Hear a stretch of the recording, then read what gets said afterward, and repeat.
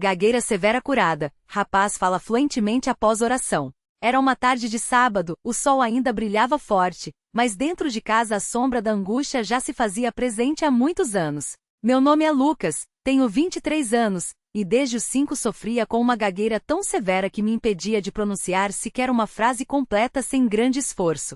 Não era apenas um tropeço aqui e ali nas palavras, mas uma luta diária, uma batalha que me deixava exausto, envergonhado e muitas vezes isolado. Cada sílaba era como um peso que eu carregava no peito, e quanto mais eu tentava falar, mais as palavras pareciam se enrolar na minha língua, como se estivessem presas por um nó invisível. Minha mãe, Irmã Maria, sempre me encorajava, dizendo que Deus tinha um propósito para minha vida, mas eu, em muitos momentos, questionava: por que eu, Senhor? Por que essa cruz tão pesada? Nas reuniões da igreja, eu sentava no fundo, evitando ser chamado para ler ou orar em voz alta. O medo de gaguejar na frente dos irmãos era tão grande que às vezes eu chegava a suar frio só de pensar na possibilidade. Já tinha ouvido comentários, mesmo que sem má intenção. Fala devagar, Lucas, respira fundo antes de falar, não fique nervoso. Mas ninguém entendia que não era nervosismo, era algo muito além do meu controle. Os anos se passaram, e a gagueira só piorava. Cheguei a fazer fonoaudiologia por 2 anos, mas os exercícios de respiração e articulação pouco adiantavam. A terapeuta, uma senhora muito paciente, chegou a me dizer que meu caso era um dos mais graves que ela já tinha atendido. Lucas, você tem que aceitar que pode nunca falar normalmente, ela disse certa vez com um suspiro. Aquelas palavras ecoaram em minha mente como uma sentença. Eu saí do consultório aquele dia com lágrimas nos olhos, sentindo que estava condenado a uma vida de silêncio. Mas minha mãe nunca desistiu de orar por mim. Todas as noites, antes de dormir, ela colocava as mãos sobre minha cabeça e clamava a Deus com lágrimas: Senhor, tu que deste voz a Moisés, que fizeste o mudo falar e o surdo ouvir, tem misericórdia do meu filho. Liberta-o dessa prisão, para que ele possa te louvar sem impedimentos.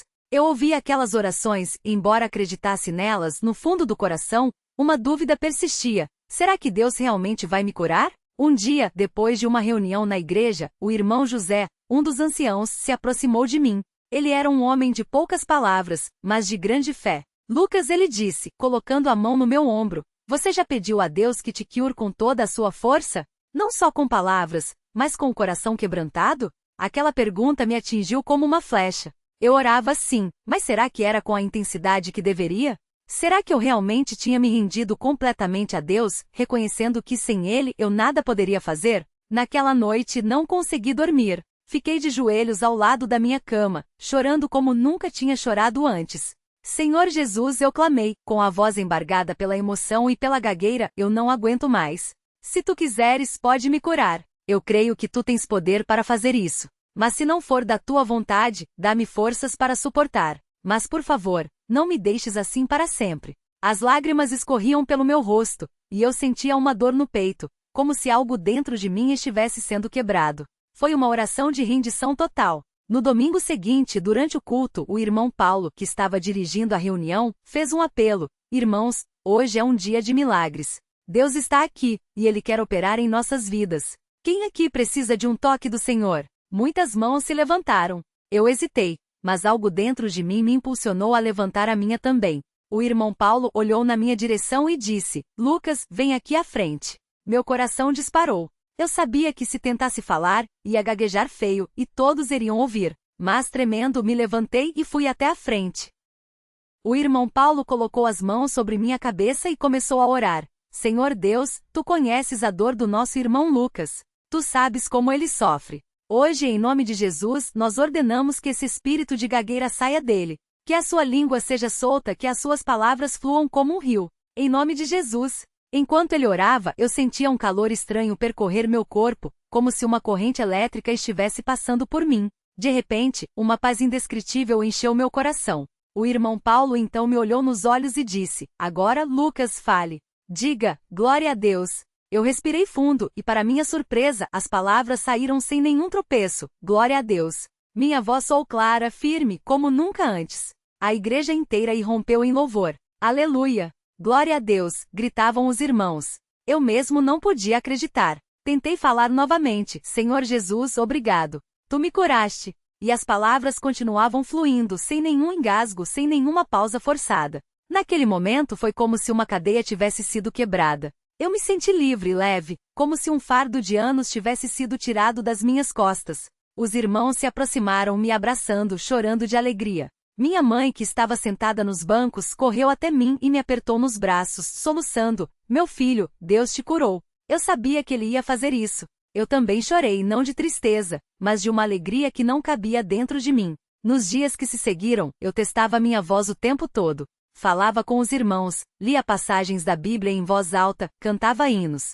Cada palavra que saía perfeita era uma confirmação do milagre que Deus tinha operado em mim. Alguns irmãos que me conheciam desde criança, ficavam boquiabertos ao me ouvir falar sem gaguejar. "Isso só pode ser coisa de Deus", dizia o irmão Antônio, balançando a cabeça em sinal de admiração. Mas nem tudo foi fácil depois da cura. Em alguns momentos, o medo de voltar a gaguejar me assombrava. E se for só por um tempo? E se Deus tirar isso de mim? Esses pensamentos vinham à mente, especialmente quando eu ficava nervoso. Mas toda vez que isso acontecia, eu me lembrava da promessa de Deus: "Não te deixarei, nem te desampararei." E orava: "Senhor, tu me curaste e eu creio que é para sempre. Não deixe que a dúvida roube a minha fé." Um dia, cerca de um mês depois da cura, eu tive a oportunidade de dar o meu testemunho na igreja. Foi a primeira vez que falei em público sem gaguejar. Contei tudo, desde a minha infância até aquele momento glorioso em que Deus me libertou. Enquanto eu falava, vi muitos irmãos chorando, especialmente aqueles que também carregavam lutas silenciosas. Depois do culto, vários se aproximaram de mim, pedindo que orasse por eles. Um irmão que sofria com dores nas costas há anos me disse: "Se Deus te curou, Ele pode me curar também." E nós oramos juntos com fé. Hoje, passados alguns meses, continuo falando sem nenhuma dificuldade. Às vezes ainda fico emocionado ao lembrar de como era antes e de como Deus mudou a minha história. Minha mãe sempre diz que meu milagre não foi só para mim, mas para fortalecer a fé de muitos. E ela tem razão. Sempre que alguém desanima, eu conto a minha história, mostrando que Deus ainda opera milagres nos dias de hoje. Não sei por que Deus permitiu que eu sofresse tanto tempo com a gagueira. Talvez para que, quando a cura viesse, a glória fosse somente dele. Talvez para que eu aprendesse a depender completamente do Senhor, reconhecendo que sem Ele eu nada sou. Mas uma coisa eu sei: Deus ouviu o meu clamor. Ele viu as minhas lágrimas, sentiu a minha dor e no seu tempo perfeito, estendeu a sua mão e me libertou.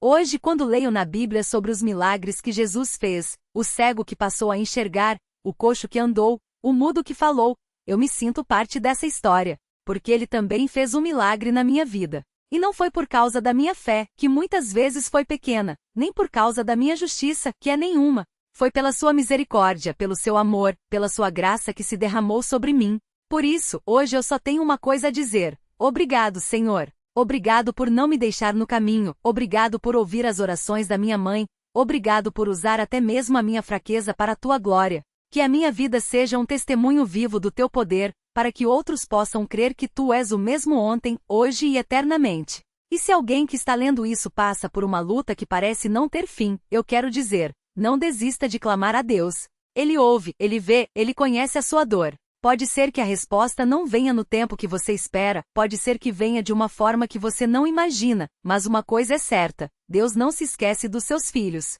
Ele é fiel, e no momento certo, Ele agirá. Basta confiar. Que a paz de Deus, que excede todo o entendimento, guarde o coração e a mente daqueles que creem. Amém.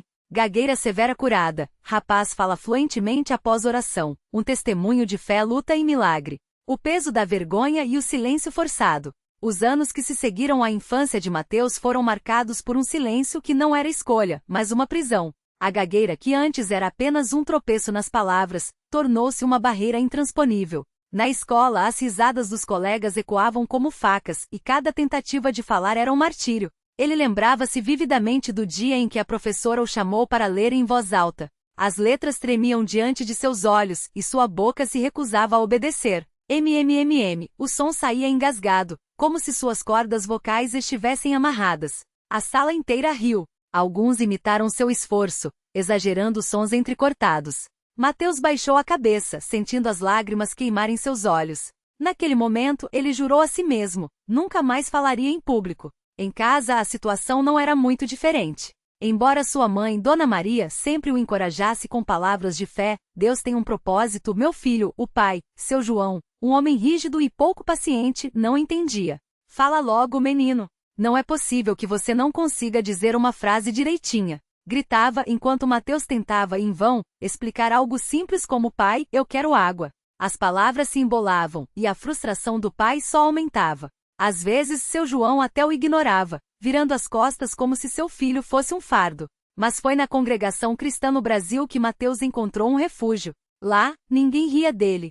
Pelo contrário, os irmãos mais velhos o olhavam com compaixão, e as irmãs oravam por ele em silêncio. O presbítero Silva, um homem de barba branca e voz calma, sempre o chamava para conversar depois dos cultos.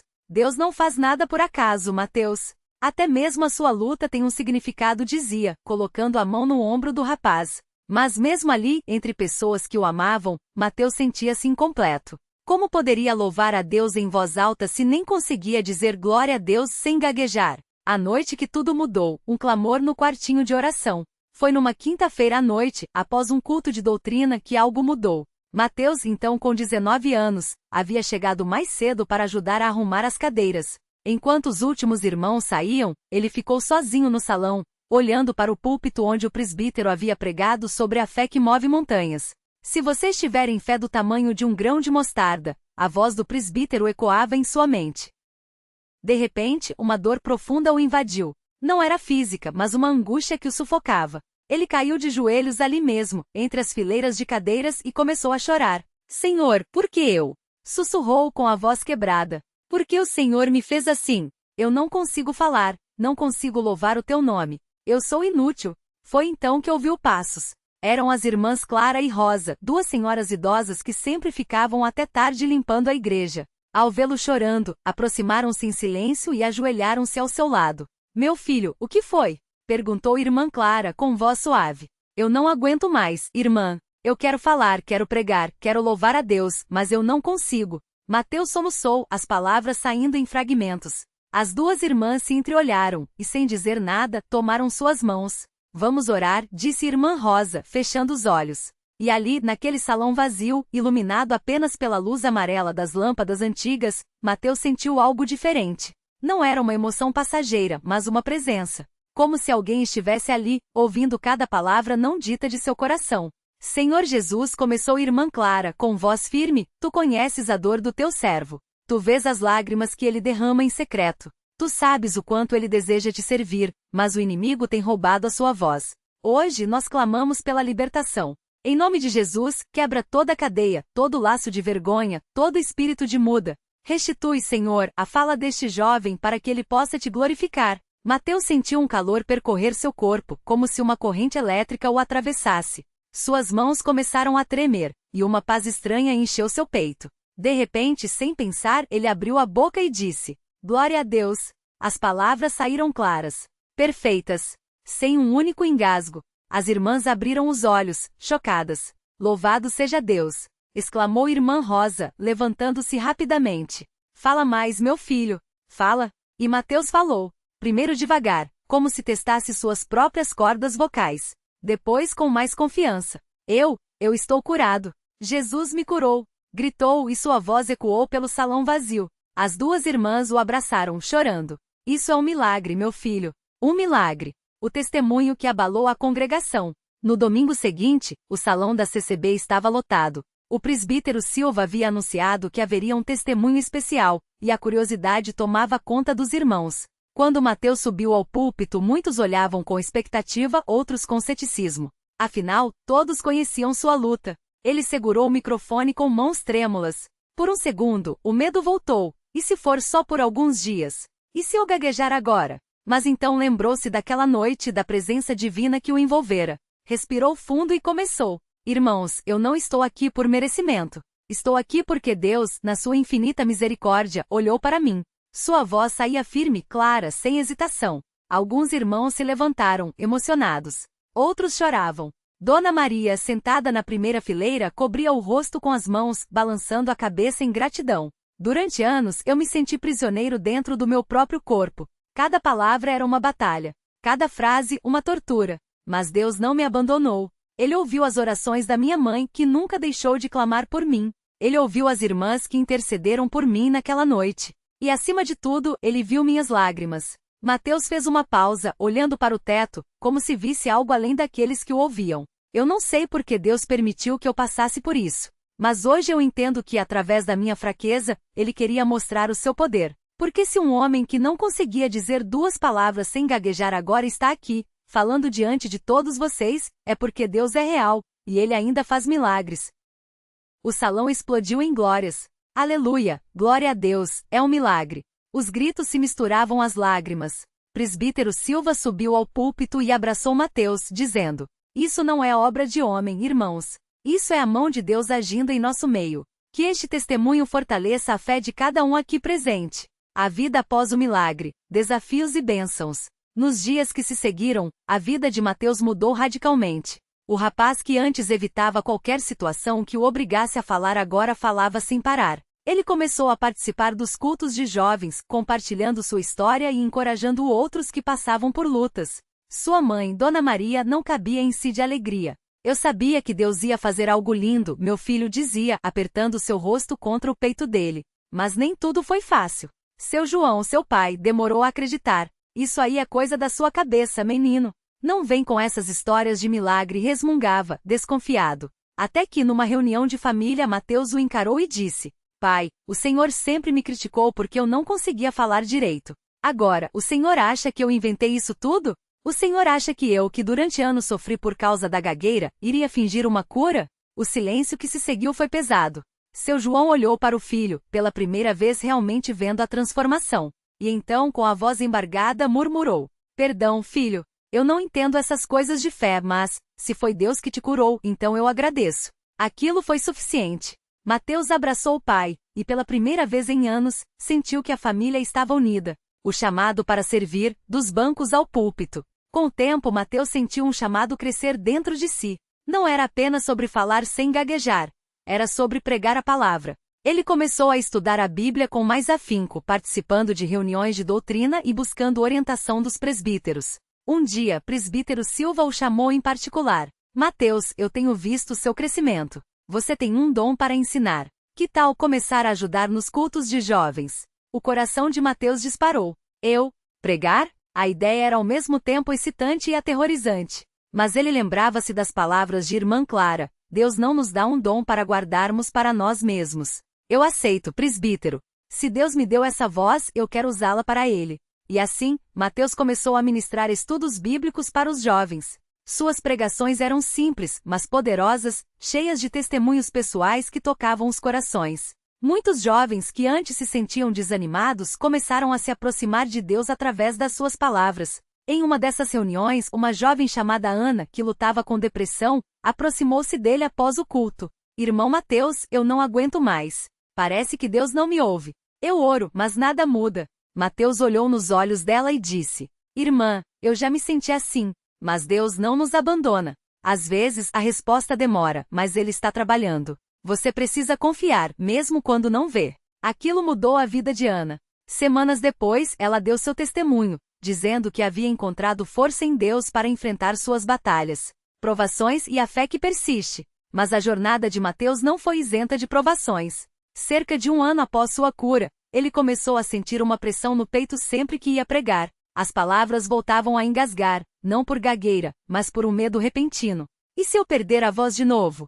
E se Deus tirar isso de mim? Ele começou a evitar o púlpito, fazendo desculpas para não pregar. Presbítero Silva notou a mudança e o chamou para conversar. Mateus, o que está acontecendo? Você está diferente. Com lágrimas nos olhos, Mateus confessou: Eu tenho medo, presbítero. Medo de perder tudo. Medo de Deus me abandonar. O presbítero sorriu e colocou a mão em seu ombro. Filho, a fé não é a ausência de medo. É confiar em Deus mesmo quando o medo vem. Você acha que Abraão não teve medo quando Deus pediu que sacrificasse Isaque? Você acha que Davi não tremia diante de Golias? Mas eles confiaram. E Deus foi fiel. Aquilo tocou fundo em Mateus. Ele percebeu que sua cura não era um prêmio, mas uma responsabilidade. E que se Deus o havia libertado uma vez, ele o libertaria novamente. Na próxima reunião de jovens, Mateus subiu ao púlpito com o coração acelerado. Mas antes de falar, fechou os olhos e orou: Senhor, eu entrego o meu medo a Ti. Usa minha voz para a Tua glória. E quando abriu a boca, as palavras fluíram como um rio. Não apenas sem gagueira, mas com uma unção que ele nunca havia sentido antes. Ao final, muitos jovens choravam, e alguns até se ajoelharam, pedindo a Deus que transformasse suas vidas. O legado de um milagre, uma vida dedicada a Deus. Hoje Mateus é um cooperador ativo na congregação cristã no Brasil. Ele não apenas prega, mas também visita os doentes, ora pelos necessitados e discipula novos convertidos. Sua história se espalhou, e muitas pessoas de outras cidades começaram a procurá-lo, pedindo oração por curas e libertações. Em uma convenção regional, um homem de meia-idade aproximou-se dele, gaguejando fortemente. Irmão, M. Mateus, eu ouvi falar de você. Ó Senhor, foi ser curado? Mateus reconheceu em seus olhos a mesma dor que já havia sentido. Abraçou-o e disse: Irmão, Deus que me curou pode curar você também. Vamos orar? E ali mesmo, entre centenas de pessoas, Mateus e aquele homem joelharam-se, clamando a Deus por libertação. Não houve uma cura instantânea naquele momento, mas Mateus continuou a orar por ele nas semanas seguintes, até que, num culto de quarta-feira, o homem subiu ao púlpito e deu seu testemunho. Eu não gaguejo mais. Jesus me libertou. O salão irrompeu em glórias, e Mateus chorou, lembrando-se de como Deus havia usado sua própria história para abençoar outros. Uma mensagem para quem ainda luta. Se você está lendo esta história e se identifica com a dor de Mateus, saiba uma coisa: Deus não se esqueceu de você. Talvez você esteja gaguejando na vida, não apenas com palavras, mas com sonhos, medos, fracassos. Talvez sinta que ninguém entende sua luta. Mas Deus vê cada lágrima, ouve cada clamor silencioso e conhece o desejo do seu coração. Mateus poderia ter desistido. Poderia ter se fechado no seu mundo, acreditando que nunca seria livre. Mas ele escolheu crer mesmo quando tudo parecia impossível. E Deus honrou sua fé. Hoje ele vive com um propósito: mostrar ao mundo que Deus ainda opera milagres. Que ele não mudou. Que a mesma mão que abriu o Mar Vermelho, que ressuscitou Lázaro, que curou o cego de nascença, é a mesma que pode transformar sua vida. Então, se você está cansado de lutar, se a esperança parece distante, faça como Mateus, caia de joelhos. Não importa onde você esteja, no quarto, no carro, no meio da multidão. Clame a Deus, porque Ele ouve. E no momento certo, Ele agirá. Ora, aquele que é poderoso para fazer tudo muito mais abundantemente além daquilo que pedimos ou pensamos, segundo o poder que em nós opera, a Ele seja a glória na Igreja, por Jesus Cristo, em todas as gerações, para todo sempre. Amém. Efésios 3, 2.20 e 21. Que a paz de Cristo, que excede todo entendimento, guarde seu coração e sua mente. E que assim como Mateus você